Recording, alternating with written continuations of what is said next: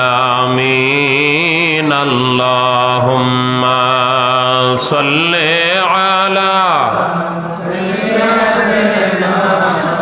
مولانا محمد وعلى آل سيدنا مولا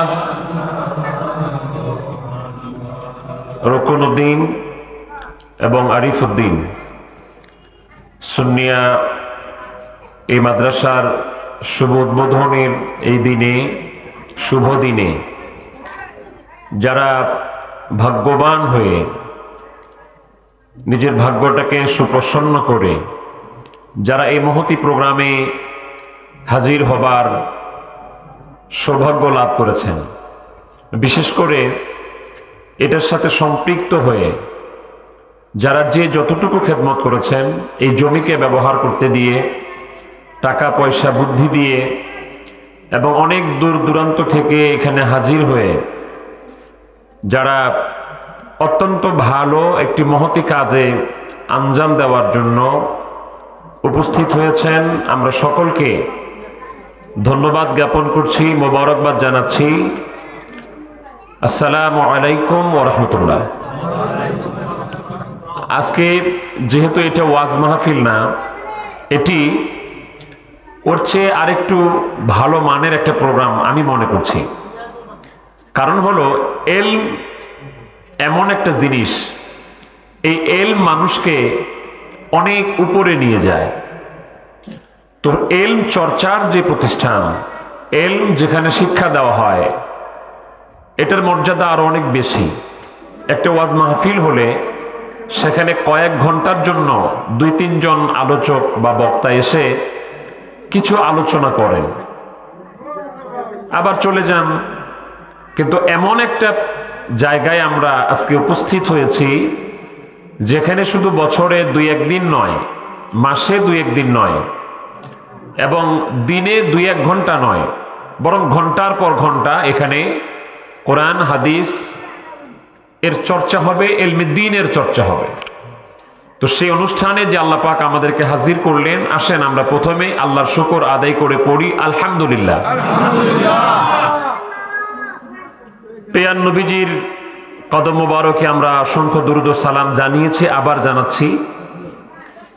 যেই মহান মুর্শিদের কদমে যাবার বদলতে আমরা বুঝেছি যে নবী হলো আমাদের ঈমানের মূল। যে বান্ধবের কদমে যাবার বদলতে বুঝেছি নবী প্রেম, নবীর ভালোবাসাটাই হচ্ছে আসল ঈমান। তো আমাদের সেই মহান মুর্শিদ বিশ্ব ওলি খাজা বাবা ফরিদপুরি কুদ্দুস সিরহুল আজিজ পীর কেবলা জান হুজুরের কদম মোবারকে কদম বুছি আরজ করে তেনার স্থলাভিষিক্ত মহামান্য আলহাজ খাজা মিয়া ভাইজান মুজাদ্দিদি সাহেব, আলহাজ খাজা মেজো ভাইজান মুজাদ্দিদি, খাজা বড় চাচা জান মুজাদ্দিদি, খাজা ছোট চাচা জান মুজাদ্দিদি সাহেবের কদম মোবারকে কদম বুছি আরজ করছি। আমি ধন্যবাদ জ্ঞাপন করছি এত সুন্দর একটি উদ্যোগ গ্রহণ করার জন্য আমাদের বন্ধুবর আলহাজ মাওলানা খালিদ বিন সাইদ রোকন সাহেবকে। তিনি এত সুন্দর একটি উদ্যোগ গ্রহণ করেছেন যেখানে ইলমে দ্বীনের চর্চা হবে। রাসূল করিম সাল্লাল্লাহু তাআলা আলাইহি ওয়া আলা আলিহি ওয়াসাল্লামের যে হাদিস শরীফটি সহিহ মুসলিম শরীফে এসেছে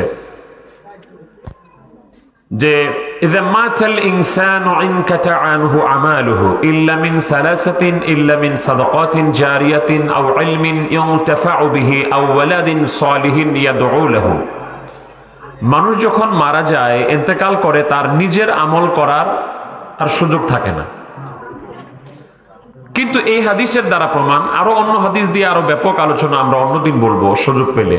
তো এই হাদিসদের দ্বারা প্রমাণ 3 ধরনের আমল জারি থাকে। একটা সাদকায়ে জারিয়া, এমন দান যেটার রেশ অনেক দিন থাকবে, যেটা অনেক দিন পর্যন্ত এটার ধারাবাহিকতা থাকবে।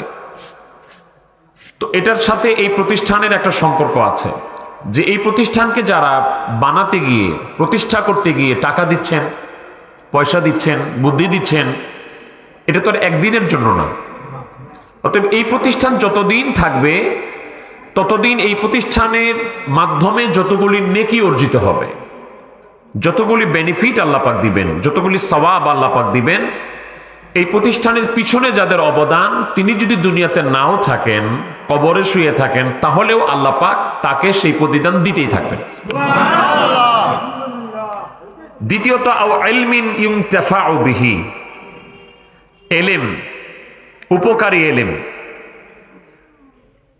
এই এলেমের যে বিষয়টা, অর্থাৎ এলেম রেখে যাওয়া, ছাত্র রেখে যাওয়া, এলমের প্রতিষ্ঠান রেখে যাওয়া, এই সবগুলিকে যদি ব্যাখ্যা করি তো অনেক দূরে যাবে। তো ওইটার সাথেও এটার সম্পর্ক আছে, যে এলেমের যে বিষয়টি আপনি রেখে গেলেন, ছাত্রদেরকে দিয়ে গেলেন, তৈরি করে গেলেন, আপনার টাকায়, আপনার পয়সায়, আপনার বুদ্ধিতে, আপনার পরামর্শে, আপনি শিক্ষা দিয়ে যে আলেম তৈরি করে গেলেন, যে ছাত্রগুলি তৈরি করে গেলেন, এরাও যতদিন পর্যন্ত এলম চর্চা করবে, তার এলেম যতদিন থাকবে, ততদিন পর্যন্ত এই মানুষগুলিও কবরে শুয়ে শুয়ে সেটা পেতে থাকবে। আবার এলমটা, এই মাদ্রাসার স্বতন্ত্র একটা বৈশিষ্ট্য আছে। এই মাদ্রাসার নামের সাথে সুন্নি একটা শব্দ আছে। তো এটা দ্বারা বোঝা যায় যে আমরা সাধারণ বিষয় না, এই সুন্নি মানে এখানে তরিকত তাসাউফ জড়িত। আকিদাটা সঠিক আকিদা, আকিদাটা সহি আকিদা, যেটা আহলুস সুন্নাতুল জামাতের আকিদা। অর্থাৎ ইসলাম দাবি করে তো অনেকে ইসলাম দাবি করে, কিন্তু এর মধ্যে তো একটা নিরেট সত্য আছে। যদি না থাকতো তাহলে নবীজির হাদিসটা হতো না। তিরমিজি শরীফের যেটা হাদিস, যেটা মেশকাতুল মাসাবির 30 পৃষ্ঠে এসেছে, যে আমার উম্মতেরা 73 দলে ভাগ হবে, কুল্লুহুম ফিন্নার ইল্লা মিল্লাতান ওয়াহিদা, সবাই জাহান্নামে যাবে, একটা দল জান্নাতে যাবে। সাহাবা ইকরাম প্রশ্ন করলেন, মান হুম ইয়া রাসূলুল্লাহ, হুজুর সেই দলটাকে যারা জান্নাতে যাবে? তিনি বললেন, মা আনা আলাইহি ওয়া আসহাবি, আমি এবং আমার সাহাবা ইকরাম যে মত এবং পথে থাকব, এটাই হচ্ছে ওই দল। তো এটা আর ব্যাখ্যা করতে গিয়ে আল্লামা মোল্লা আলী কারি রহমতুল্লাহ বলছেন মেরকাতুল মাফাতিতে, যে কোনো সন্দেহ নাই, হুম আহলিস সুন্নাতুল জামাত, যেই দলটা জান্নাতি হবে কোনো সন্দেহ নাই, সন্দেহাতীত ভাবে ওই দলটাই হচ্ছে আহলুস সুন্নাতুল জামাত। ওই দলটাকে বলা হয় সুন্নি জামাত। আমার পীর কেবলা জান হুজুরও সুন্নি জামাতের মানুষ, এবং তার মুরিদ সন্তানরাও সুন্নি জামাতের। এ ব্যাপারে কেবলা জান হুজুরের 23 খণ্ড নসিহত শরীফ আছে। এটার মধ্যে তৃতীয় একটা খণ্ড আছে, যেটার মধ্যে তিনি হযরত খাজা বাকি বিল্লাহ রহমতুল্লাহ এবং হযরতে মুজাদ্দিদ আল ফেসানি রাদিয়াল্লাহু তাআলার জীবনী এবং তাদের তরিকা সম্পর্কে ব্যাপক আলোচনা করেছেন। সেখানে তিনি 11 নাম্বার নসিহতে 25টা পয়েন্ট আকারে আসলেই সঠিক আকীদা কোনটা, আহলুস সুন্নাতুল জামাতের আকীদা কোনটা, আটরশি বিশ্ব জাকের মন্দিরের আকীদা কোনটা, তিনি কোন আকীদার, এগুলি পয়েন্ট আকারে তিনি বর্ণনা করেছেন। তার মধ্যে প্রত্যেকটাই আহলুস সুন্নাতুল জামাতের আকীদা, এবং তিনি সেখানে বলেছেন এগুলোই আমাদের আকীদা, এবং তোমাদের শুভ সংবাদ যে তোমরাও আহলুস সুন্নাতুল জামাতের অন্তর্ভুক্ত, অর্থাৎ সুন্নি জামাতের মানুষ। আমি মাঝখান দিয়ে কয়েক সেকেন্ড একটা কথা বলে ফেলি, অনেকে এটা হয়তো সবার বুঝে আসবে না, অনেকেই বুঝে আসবে। অনেকেই মনে করে যে আটরশির আকীদা খারাপ, ওনাদের আকীদা ভালো না। তো আমি আপনাকে চ্যালেঞ্জ করি, সব কথায় আকীদা খুঁজিয়েন না। আকীদা নির্দিষ্ট করে তিনি 11 নাম্বার নসিহতে, তৃতীয় খণ্ডে 11 নং নসিহতে 25টা পয়েন্ট আকারে আসল আকীদা তিনি বর্ণনা করেছেন। পারলে পৃথিবীর, not only Bangladesh but also all over the world, পারলে পৃথিবীর কোন মায়ের সন্তান এটার মধ্যে ভুল ধরে দেখান। যে 25টা পয়েন্ট আকারে তিনি আহলুস সুন্নাতুল জামাতের আকীদা বর্ণনা করেছেন, কোন মায়ের সন্তান হলে ওটার মধ্যে ভুল ধরে দেখান। তাহলে রাসূল বলছেন যেটা জান্নাতে যাবে ওই দলটা হচ্ছে আহলুস সুন্নাতুল জামাত, এটা সুন্নি জামাত। অর্থাৎ এর মধ্যে তরিকত আছে, তাসাউফ আছে, এবং এই তরিকত তাসাউফের সাথে এই এলেমের সম্পর্কটা কি, আমরা আজকে ওয়াজের স্টাইলে বলবো না, কিছু এলেম নিয়ে কথা বলবো। এটার সম্পর্ক কি? ইমাম দারিমি রহমতুল্লাহ সুনান দারিমি শরীফে উল্লেখ করছেন। ইমাম দারিমিকে আবু দাউদ শরীফের মুকাদ্দামায় উল্লেখ, হুফফাজুদ দুনিয়া আল আরবাআ, তাম পৃথিবীতে হুফফাজুদ দুনিয়া হলো 4 জন। একজন আবু জুরআবির রাই, আরেকজন ইমাম দারিমি, একজন ইমাম বুখারী, একজন ইমাম মুসলিম। এর 4 জনের মধ্যে ইমাম দারিমি একজন।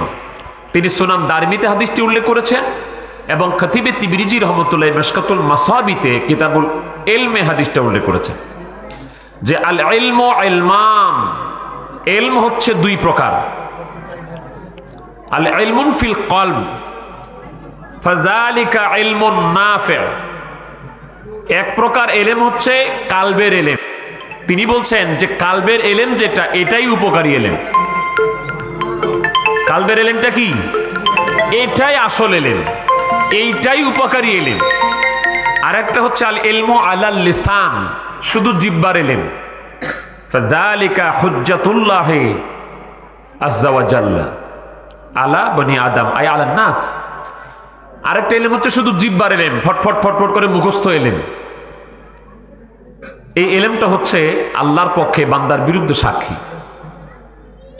তো আমরা যেটা উপকারী এলেম, এলমে নাফে, আমরা ওটাই প্রাধান্য দিই। এটাকে বলা হয় তরিকত এবং তাসাব্বুফ, যেটা ইমাম বুখারী রাহমাতুল্লাহ কিতাবুল ইলমে উল্লেখ করেছেন। হযরত আবু হুরায়রা বলছেন, হাফিজতু মিন রাসূলিল্লাহি সাল্লাল্লাহু আলাইহি ওয়াসাল্লাম বিআইন, আমি নবীজির কাছ থেকে দুই প্রকার এলেম অর্জন করছি। এক প্রকার এলেম আমি মানব সমাজে প্রচার করি, আর আরেক প্রকার এলেম আছে যেটা যদি মানব সমাজে প্রচার করি তাহলে আমার গলা কাটা যাবে।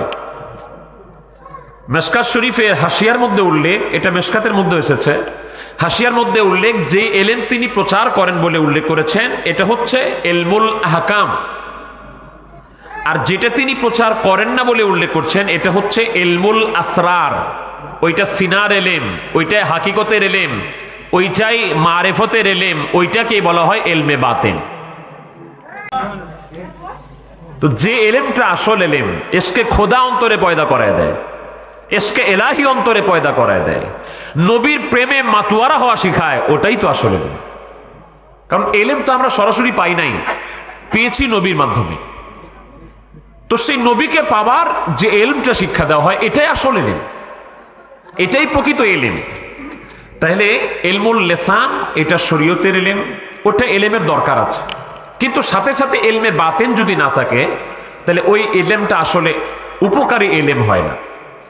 তো এই জন্য শুধুমাত্র শরীয়তের বাহ্যিক এলেম যদি থাকে, এলমেল বাতেন যদি না থাকে, তাহলে ওই যে তৃতীয় নাম্বার নবীজি বলছেন তিনটা আমল আছে যেটা মৃত্যুর পরেও জারি থাকবে, সেটা তৃতীয় নাম্বারটা হচ্ছে আও ওয়ালাদিন সালিহিন ইয়াদউ লাহু। এটা আপনাদের জন্য, মা বোনরা ভালো করে শোনেন। নবীজি বলছেন মানুষ মারা যাবার পরেও তিনটা জিনিস সে পেতে থাকে। তার তিন নাম্বার হলো এমন নেক সন্তান, যে নেক সন্তান তার বাবা মার জন্য দোয়া করবে। ভালো করে বুঝেন, খালি সন্তানকে আলেম বানালে হবে না, খালি নেক সন্তান হইলে হবে না। হাদিসের শর্তটা কি? আও ওয়ালাদিন সালিহিন। আমাদের ভাইজান এখানে আছেন, উনি একটা দরবার শরীফের খলিফা এবং অনেক বড় আলেম, তিনিও মাদ্রাসা চালান। আচ্ছা, তো নবীজি বলছেন আও ওয়ালাদিন সালিহিন, নেক সন্তান বানাইছেন, মনে করছেন আমার সন্তানটা নেক, কিন্তু দোয়া করে না, আছে না ভাই? তো নবীজি কি বলছেন? আও ওয়ালাদিন সালিহিন, নেক সন্তান মনে করছেন, ওই নেক সন্তান কাজে লাগবে ইয়াদউ লাহু, যে নেক সন্তান আপনার জন্য দোয়া করবে। সুবহানাল্লাহ। তাহলে এমন জায়গায় সন্তানকে পড়ানো দরকার যেখানে পড়লে সন্তান আমার জন্য দোয়া করবে। এমন জায়গায় পড়ানো দরকার নাই যেখানে পড়ানোর পরে কবে দোয়া করা যাবে না, তাই না? এত কষ্ট করে পড়াইলাম, টাকা দিলাম, পয়সা দিলাম, সময় দিলাম, শ্রম দিলাম, সব দিলাম, ভাই আমি মারা গেছি, আমার ওই সন্তানকে দোয়া করে লাভ নাই। তাহলে এটা আমার কি কাজে লাগবে? কাজে লাগবে এটা? তো নবীজি বলছেন, আমি বানোয়াট কথা বলছি না, নবীজি বলছেন ওয়ালাদিন সালিহিন ইয়াদউ লাহু, এটা ওই নেক সন্তান যে নেক সন্তান বাবা মার জন্য দোয়া করবে। তো এটা বুঝার জন্য আবার আলেম দরকার হয়। আল্লাহ পাক এই জন্য বলছেন এলেম ওই যে দুই প্রকার, এই দুই প্রকার এলেম যার ভিতরে আছে সেইগুলি বুঝতে পারে।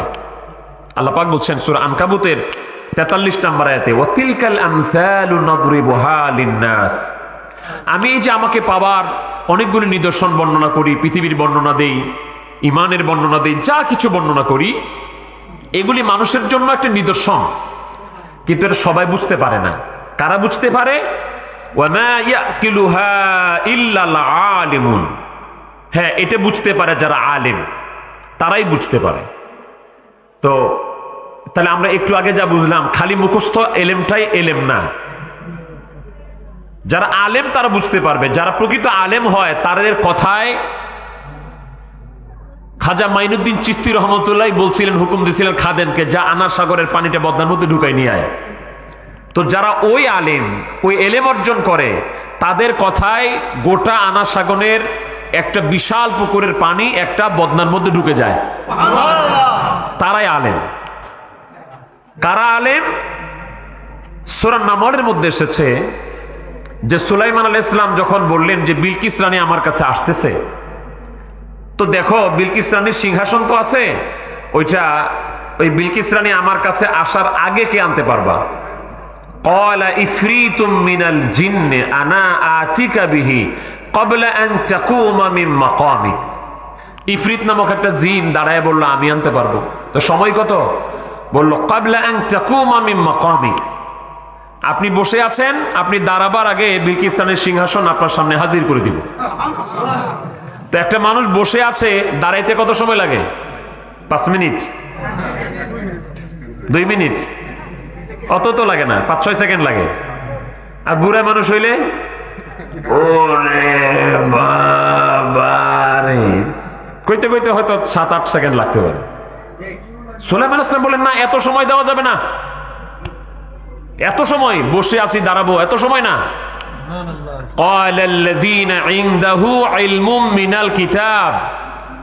একজন লোক দাঁড়ালো, মানুষ, জিন বলল, জিনের সর্দার বলল আপনি বসে আছেন, দাঁড়ানোর আগে আনবো।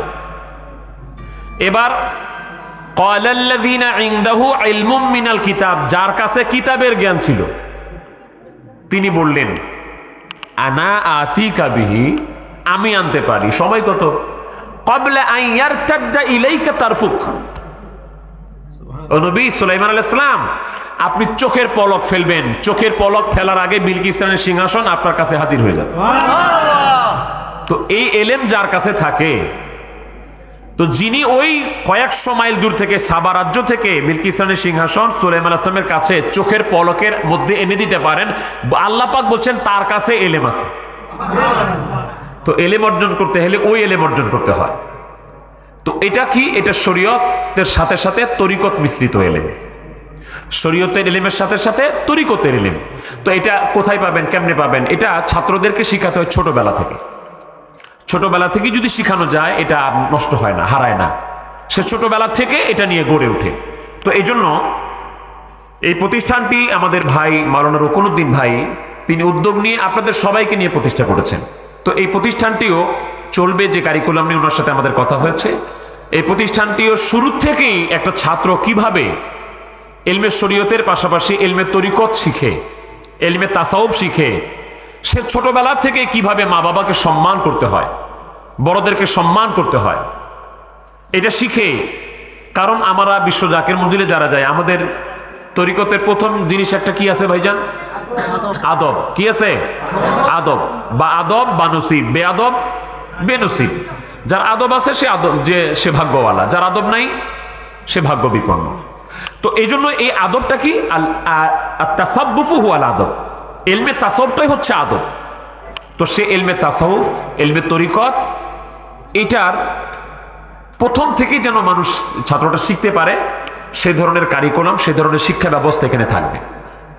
একটা ছেলে ছোটবেলা থেকেই সে যেন বুঝতে পারে যে ওলি আল্লাহ কি জিনিস। কারণ যার মাধ্যমে আমরা ইসলাম পাইলাম, কোরআন পাইলাম, হাদিস পাইলাম, এই দেশে মাদ্রাসা পাইলাম। আগে কি এদেশে মাদ্রাসা এমনি বানানো ছিল?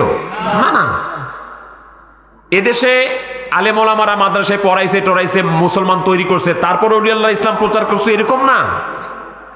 ওলি আল্লাহরা এদেশে ইসলাম প্রচার প্রসার করছেন, তারা মাদ্রাসার ভিত্তিপ্রস্তর স্থাপন করছেন, ওই মাদ্রাসায় পড়ে পড়ে এই দেশের মানুষগুলি আলেম হইছে। এখন তারাই আবার ওলি আল্লাহর বিরুদ্ধে ফতোয়া দেয়। তাহলে ছোটবেলা থেকে যেন এই ছাত্ররা বুঝতে পারে যে এলেম কি জিনিস, মা বাবা কি জিনিস, আমার দায়িত্ব কি, আমার কর্তব্য কি, তরিকত তাসাউফ সে চিনতে পারে, ছোটবেলা থেকে বুঝতে পারে। সেই ধরনেরই একটি কারিকুলাম, সেই ধরনের একটি সিলেবাস দিয়ে এই মাদ্রাসাটি পরিচালিত হবে। এই জন্য আপনারা যারা নিজের সন্তান আছে, নিজের সন্তানকে দেওয়ার সুযোগ আছে দিবেন। সন্তান নাই, এখন তো ছেলে মেয়ে বড় হয়ে গেছে, নাতি নাত করতে আছে, তাদেরকে দেওয়ার সুযোগ আছে, তাদেরকে দিবেন। একান্ত না হলেও অন্য এলাকায় গ্রামবাসী ছেলেরা আছে, মেয়েরা আছে, আপনারা তাদেরকে দিবেন। দিয়ে এই মাদ্রাসার প্রচার প্রসার আমরা আশা করছি যে এই মাদ্রাসাটি বাংলাদেশে অনেকগুলি সুন্নি মাদ্রাসা আছে, তবে প্রয়োজনের তুলনায় অনেক কম। তো আমরা মনে করছি এই উত্তরবঙ্গে যতগুলি সুন্নি মাদ্রাসা আছে তার মধ্যে এটা অন্যতম একটি বৃহৎ মাদ্রাসা হিসেবে প্রতিষ্ঠা লাভ করবে, এবং এটাকে কেন্দ্র করে আরো যতগুলি মাদ্রাসা গড়ে উঠবে সেগুলিও ইনশাআল্লাহ আমরা তদারকি করব, আমরা দেখাশোনা করব। এখানে সুন্নিয়তের অনেক বড় বড় আলেম ওলামা আসবে, তারা আপনাদের জন্য দোয়া করবে। আপনারা এর সাথে সকলেই ওতপ্রোতভাবে জড়িত থাকবেন।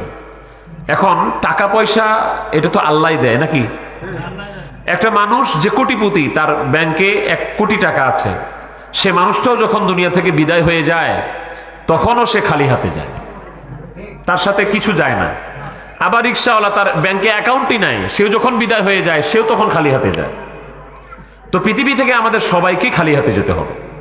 তো কিছু তো আমাকে পাঠাতে হবে, আগে পাঠাইতে হবে না, কিছু পাঠাতে হবে। যেমন আমরা ইন্ডিয়া গেলে কি করি? ইন্ডিয়াতে বাংলাদেশের টাকা চলে না, রুপি বানাই দিই। সৌদি আরবে গেলে সেখানে আমাদের বাংলাদেশের টাকা চলে না, রিয়াল বানাই দিই। আমেরিকা গেলে সেখানে ডলার চলে, টাকা চলে না, ডলার বানাই। আমরা ইংল্যান্ডে গেলে সেখানে পাউন্ড বানাই। তো ঠিক এই দেশের টাকা পয়সা আমার আছে, কিন্তু এটা তো কবরে চলবে না, এটা হাসরে চলবে না। কিন্তু এটাকে এজন্য চেঞ্জ করে দিতে হবে। চেঞ্জ করে দিবেন কিভাবে? এই দুনিয়াতে এমন কিছু জায়গায় দেওয়া দরকার যেখানে দিলে এটা কবরে কাজে লাগবে। এটাই হলো আমার ওই জগতে আমি একে পাঠায় রাখলাম কিছু। তা আমরা যদি কক্সবাজার যাই, সেখানে একটা প্রিপারেশন থাকে। মহিলারা তো আমার এগুলি কথা তাদের মজা লাগবে না। আমি যদি একটু গজল টজল গাইতাম অন্যদিনের মতো, বা একটু কেসা বলতাম, ওর তো সময় নাই, তাহলে মজা লাগতো। তবে আমি বলি, যেটুকু শুনতেছেন মনোযোগ দিয়ে শুনেন, একটু চুপ থাকেন, তাহলে কিছুটা বুঝবেন, পরে কাজে লাগবে। তো এই জন্য আপনার এগুলিকে রেখে যাওয়া দরকার, এগুলিকে কাজে লাগানো দরকার।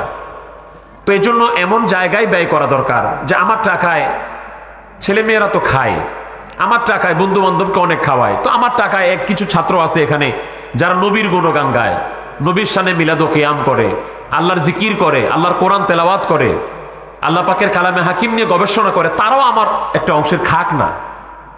আমার ইনকামটা অনেক বহু কাজে লাগে, কিন্তু আমার ইনকামটা দিয়ে একটা ছাত্র আল্লাহর কোরআন তেলাওয়াত করছে, সেও একটু খাক না।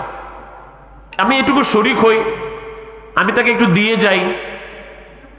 এই জন্য এখানে আমাদের কন্ট্রিবিউশন থাকা, আমাদের সম্পৃক্ততা থাকা, এখানে আমাদের অংশগ্রহণ থাকা, এটা এখন না বুঝলে কবরে গেলে অনেক বেশি বুঝবেন, অনেক বেশি বুঝবেন। তখন মনে করবেন, আরে কোনটা আসলে কাজে লাগলো, তখন দেখবেন এটাই আসলে বেশি কাজে লাগতেছে, এটাই কাজে লাগতেছে। তখন পাস্তাবেন যে আরে কিছু দিয়ে আসতাম, তাহলে তো আরো কাজে লাগতো, তখন এটা হবে না, তখন কিন্তু আর পারবেন না। তো এই জন্য নিজে ইনকাম করে করে এটা দিয়ে যান, কবরে শুয়ে থাকতে থাকতেও আপনি কাজে লাগাতে পারবেন। তো এই যে যারা ছেলেরা মেয়েরা পড়াশোনা করে, আমরা তো সোয়াবের ওয়াজ খালি করি না, কিন্তু সোয়াব যদি আমরা গুনি, সোয়াবটা কবুল হবার জন্য যা কিছু দরকার, আল্লাহর দরবারে সোয়াব কখন কবুল হয় জানেন? যখন নবীজি এটাকে অ্যাপ্রুভাল দেয়। নবী যদি অ্যাপ্রুভাল না দেয়, এটা আল্লাহর দরবারে কবুল হয় না। তো নবীজি অ্যাপ্রুভাল দিবে কেমনে? হযরত ওমর রাদিয়াল্লাহু তাআলা বলছেন যে বান্দার আমলগুলি, সব দোয়াগুলি আসমান জমিনের মাঝখানে ঝুলন্ত থাকে, যতক্ষণ না নবীর শানে দুরূদ পড়বেন ততক্ষণ এটা উপরে যাবে না। তাহলে ওই নবীর অ্যাপ্রুভাল দেওয়ার যে বিষয়টা, এটা কিন্তু শেখানো হবে এই প্রতিষ্ঠানে, এবং এইটার কার্যক্রম যে একটা ছেলে ঠিক সেভাবে রাসূল পাক সাল্লাল্লাহু আলাইহি ওয়াসাল্লাম যে ইসলাম মদিনায় শিক্ষা দিয়েছেন, যে এলেম আবু হুরায়রার সিনার মধ্যে তিনি গেঁথে দিয়েছিলেন, আধ্যাত্মিক এলেম, শুধু শরীয়তের মানে এলেম দিয়েই না, আধ্যাত্মিক এলেম। আমার কথা শোনা যাবে, আপনারা বুঝবেন যে আধ্যাত্মিক এলেম যেটা হযরত আবু হুরায়রা সিনার মধ্যে গেঁথে দিয়েছিলেন, সেটাই এই ছাত্রদের মধ্যে গেঁথে দেওয়া হবে, এবং ওইটার উপকার আপনারা পাবেন। আর যেখানে একটা হরফ, কোরআন পাকের একটা হরফ তেলাওয়াত করা হয়, জামিউত তিরমিজি শরীফের 2য় খণ্ডের 119 পৃষ্ঠাে হাদিস এসেছে, এবং আলিফ লাম মিমের তাফসির করতে গিয়ে তাফসিরে ইবনে কাসির, তাফসিরে মাজহারি, তাফসিরে কবির সহকারে ম্যাক্সিমাম তাফাসিরগুলিতে এসেছে, নবীজি বলছেন যে মান ক্বারা হারফাম মিন কিতাবিল্লাহি তাআলা ফালাহু হাসানা ওয়াল হাসানাতু বিআশরি আমসালিহা লা আকুলু আলিফ লাম মিম হারফুন ওয়ালাকিন আলিফুন হারফুন ওয়া লামু হারফুন ওয়া মিমু হারফুন। নবীজি বলছেন, কেউ যদি কোরআনুল কারীমের একটা হরফ তেলাওয়াত করে, আল্লাহ পাক তাকে একটা সওয়াব দান করেন।